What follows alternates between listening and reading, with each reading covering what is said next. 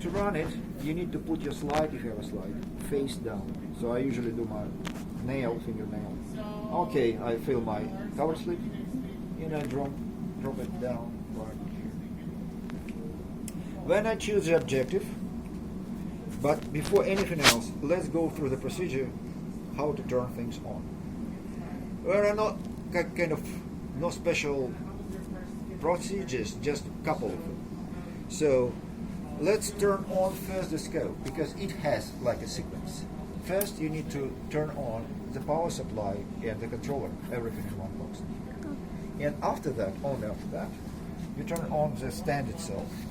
And you see it starts with little 4th of July illumination. Whenever it's done, it beeps and it's ready to use. Right now it kind of establishes the communication, tests everything, if everything works.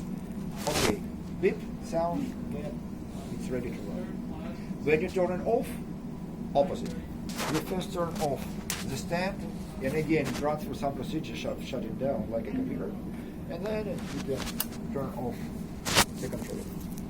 It has a little switch in the back, and you see it goes like red LEDs in here, amber LED in here. You wait until this LED turns to green. It takes about 25 seconds, I think, just to run it green. Because we'll go through different patterns. I think it's one like a post procedure. I don't know if you have green, ready to go. And the large engine is called Spectra, and here is very little turn on and off tumbler in the back. When you turn it on, just pull it up, but you see nothing, no sound. Why we need to run the software? It's mandatory, because we can control the light engine only through the software. Otherwise, I would explain you how to run everything manually. But in this case, doesn't make any sense, because we can. It's only the fluorescent scope. We can not run a direct field. So only the software. So this software looks pretty much like that. So we have controls over the camera, right here. Over the scope, that's this dialog box, and over the light engine, this one, from here. Okay. We can retrieve many more controls. Like, for example, if I would like to get control over the stage for the software, I go to right-click somewhere in this gray field, go to acquisition control, and to X, Y, and Z navigation, and now I can run stage, clicking here. Let's put some image, and I need to use our friend's power, because ambient light is very bright. Yeah. So if we have any image, we don't, because again it's not focused. As I did, click at fix button, or whatever staging you're using, and then come to the scope and do everything, focus and manually, because manually I don't know how you feel. I feel much more comfortable. Yeah, that's doing better it, manually. Old way. Yeah. As I did when I was a student. So you can look in, and after that we can probably do everything. Our image, and let's make it slightly brighter. I use lookup tables to make it brighter, and you see it's not very well focused. So I focus it a little bit more, just to see everything better. All right, that's pretty good. And you see I can control the stage with my mouse. That's one of the ways. Second way, I can click here and simply move it with my mouse. Okay. If I enable, I also can focus with my mouse wheel, Oh. but I usually don't do it. It's not as precise as the wheel either on the remote or on the scope itself. All the movements have two settings, kind of fast and slow, worse and fine. How they are programmed in here, if you want a course, you press the button like here, Z, on both sides, same. I usually press on here and spin in here. So I press and spin. to move the stage, that's fine. And if I press this button and simultaneously run, that's course. And you see how many little kind of wings in here. This is fast, this is slow, this is fast, this is slow. Same thing for the Z. Fast, slow. It has many settings, so if you run through, you can say X, Y, and Z, and you can modify anything. And right now, what we have is 0, 0, 0, the center of coordinates. But, well, unfortunately, it's not duplicated in software. Software keeps absolute coordinates always in this corner. Alright, so I put it the way, again, you have control over all three sources: camera, microscope, and the light engine. And also you can go to lookup table. Lookup table is kind of a histogram which you can adjust. So what it shows in here, how many pixels are of this value. And actually we photo bridge pretty much, so I need to put a little bit longer exposure time. Exposure time is a property of the camera, how long it collects the image.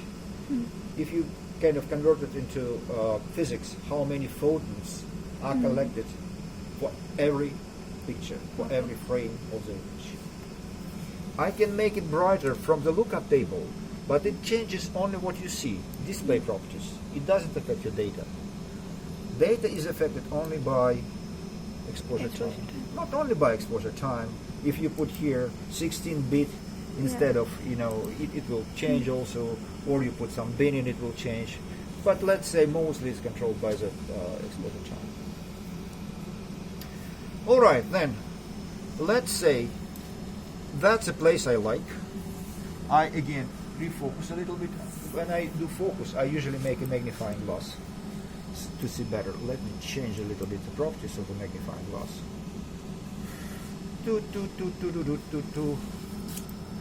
I like it slightly smaller, medium size, and I like to see the border, so it looks like a looking glass. And then I can focus a little bit better, you see. Now it's pretty good. Yeah. Okay, I have what I want. Now it's time to get the image itself. We have just a view, but we need some data. To get it officially, I click at this button, and now the picture is taken. Oh, the cover is still here. Changed, but otherwise everything is fine. All right, good. So, and now I have the captured image. It's called captured fixing. Now the time to save. I go to File, Save As, choose the directory I like, name it somehow, like I will name it Best One, and save. But to save, I need to choose a format. For the images, the best one is TIFF. I really recommend you to use TIFF. You can use any, but TIFF has many pluses. It's compressionless, everything understands TIFF. It's slightly bigger maybe, but nowadays, hard drive space is cheap, so. And I click Save, and together with the image, forever, you save the information about the image acquisition. What was the filter, what was the optical config, what was anything. That's the temperature of the sensor on the camera, -5. Also, the coordinates, everything. And you then can reuse it, by the way. So, right click here, and here reuse. Okay. So, like in a month, you would like to reproduce all the conditions of the previous acquisition. You can just right click and go and reuse. And you save this metadata together with image only in two formats, in TIFF and in JPEG 2000. That's why I recommend JPEG 2000 in compression. TIFF is not compression. Yeah. So that's nice. Now we have our data saved. We can then open it almost anywhere, Adobe Photoshop, anything. But let's say I would like to get multiple colors together. How can I do it? Let's try. So that's still my live image. And now I will get images, not clicking by this little for the camera button. I just simply get it by the sticker and move it out. Okay. And we still have my live image on, and we have a taken picture. Okay. It's not saved yet, but Yeah, okay, but it's there. fine. Now I go to DAPI. Here is my DAPI. DAPI is probably saturated. If you want to check saturation, click here. No, it's not. I do same thing and drop it inside of the picture. Now I have two colors. Okay. I know my slide has 3C. I click at 3C, 3C come out, and I do same thing, just drop it inside. Now I have 3 colors. I can stop acquisition just to stop the light. Light is on only when you acquire pictures. I program, the scope the way. Whenever you don't acquire, light doesn't pass through and doesn't photo bleach. Here is my nice image, 3 colors, very, very good actually. Save, same way. Save as, choose not ND we don't need TIFF, and save as a TIFF. Okay. You don't need, again, as I said many times, people ask, do I need to save individual channels? No. It's already contained everything. Okay. So whenever you open the image, you always can retrieve them, just simply getting them by the sticker and taking them out, like this. But it took a little bit too much. Can we automatize it? Can we use, the money spent, let's say? It's a motorized scope. Yes, we can.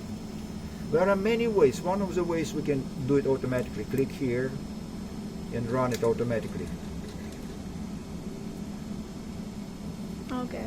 One of the ways. It takes all the channels. But it's unpredictable. You don't know what is programming here. Unless you come to acquire and get here capture multi-channels and program it before. The much easier way is to go through the bigger menu. And the bigger menu is called ND acquisition. You can get it either from here or right click acquire ND acquisition or from applications ND acquisition. And let's say we don't have anything. So I would like multi-wavelength, which means multi-lambda. Yeah. And I simply click here and choose what comes first. Let's make it in opposite order. 3C, 5C, copy. When I put here my 5C, and it knows already the colors. And then I go to DAPI. And click run now. And it runs everything, let's say, by itself. Here is the final picture. From this dialog, you can save it already, just like it's done in here. Okay. Or if you untag it, you obviously can do it manually. When you acquire and you like it, you then can acquire. It is saved by default in ND2, you see, ND2 format. ND2 is not proprietary to Nikon, but from all big manufacturers of imaging, devices, we only use it. How do we read ND2 files? Well, you can open the ND2 files either with our software or with Zeiss software or with ImageJ. Okay, ImageJ works. Yeah. Okay. They work, flawless with our format. But you also can save it in TIFF. Picture, easy. Let's say this is not enough. I would like to see bigger picture. Can we make it bigger with the same objective? Yes, we can. We can stitch. We can get several images and then put them together. You run it from acquire, scale large image. You put here 2020, and let's run 3x3. Who cares? Overlap usually from 10% to 20%. I usually put 15. It's not such a big deal. That's how you kind of connect the ends of each frame together, stitch. But what I do, I put a multi-channel acquisition here. And then I simply click scan.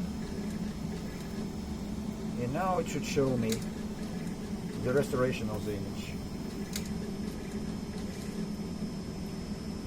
And in the middle, obviously, we see the photo bleached part. See, it's so much bright in here. That's the result of the photo bleaching.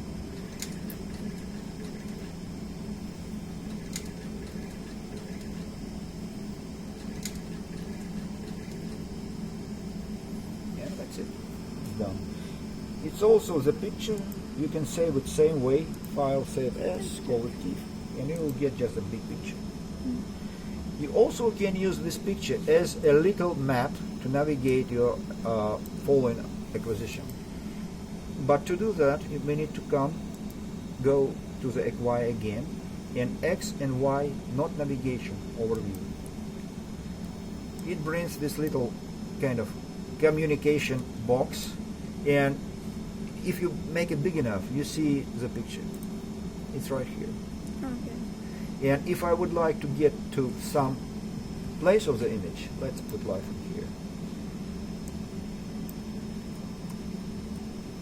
I click and it goes immediately there. So when you stitch, you can use the stitched image as a map for your navigation later. And you can make stitching not 3 by 3. You can make 10 by 10. You can actually scan the whole slide if you want. I don't think it's reasonable because it takes forever, but you can do it. And from this general and the acquisition dialog, you can run any multi-dimensional acquisition. Again, let's come to it, and I will briefly show you. You obviously can run a time lapse. Time lapse is primitive. How often and for how many seconds or minutes or hours or how many pictures. You can put here no delay, and it will run as fast as the camera can. Okay. When X and Y, well, let's run it, why not? Everything is in our hands. So I would like to get pictures from, let's say here. I simply click tab or put here a tag. Then I would like to make second picture from here, third picture from, let's say, here, and fourth picture from here.